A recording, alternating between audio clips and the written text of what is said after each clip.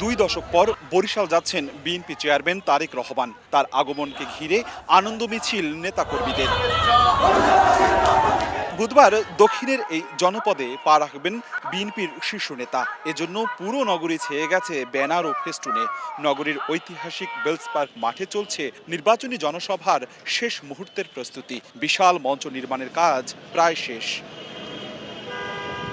এদিন সকাল 11টায় হেলিকপ্টার যোগে ঢাকা থেকে রওনা হবেন তারেক রহমান। দুপুর 12টায় পৌঁছবেন জনসমাবেশ স্থলে। নির্বাচনের রূপরেখা তুলে ধরার পাশাপাশি দক্ষিণাঞ্চলের উন্নয়ন নিয়ে কথা বলবেন আশা নেতাকর্মীদের। তার আগমনী বার্তায় অলরেডি আপনারা দেখেছেন নেতাকর্মীদের মধ্যে প্রাণের সঞ্চার হয়েছে, আনন্দ উচ্ছ্বলতা, এবং জনগণের মাঝেও কিন্তু তীব্র আনন্দ জাগছে। গোটা বরিশাল অঞ্চলের মানুষ তার জন্য অপেক্ষা করছে, এক নজর দেখার জন্য, তাকে বরণ করার জন্য।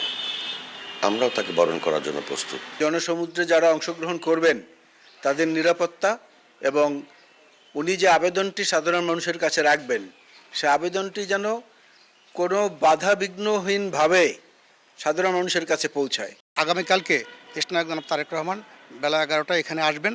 আমাদের সার্বিক প্রস্তুতি রয়েছে।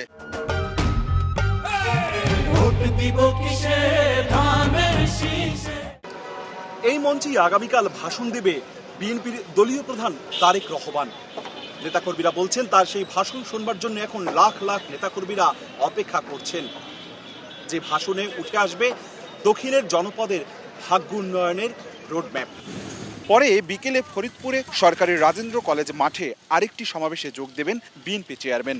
সেখানেও চলছে শেষ মুহূর্তের প্রস্তুতি। ফরিদপুরের ইতিহাসের সর্ববৃহৎ জনসভা হবে।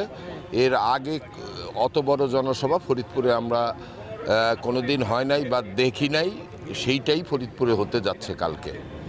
জনগণের মধ্যে ব্যাপক সাড়া। এই বৃহত্তর ফরিদপুরের মানুষ উন্মুখ হয়ে আছে এবং আমাদের তারা এই জনসভায় উচ্ছ্বাস, বাদ ভাঙা উচ্ছ্বাসটি উপস্থিত হবে। তার বক্তব্য আমরা অক্ষর অক্ষরে পালন করার চেষ্টা করব এবং ফরিদপুরের মানুষ দীর্ঘ অপেক্ষায় আছে এবং আনন্দিত উদ্বেলিত অবস্থায় আছে। এর আগে 2005 সালে বিভাগীয় তৃণমূল সম্মেলনে যোগ দিতে বরিশাল এসেছিলেন তারেক রহমান। অপূর্ব অপু, সময় সংবাদ।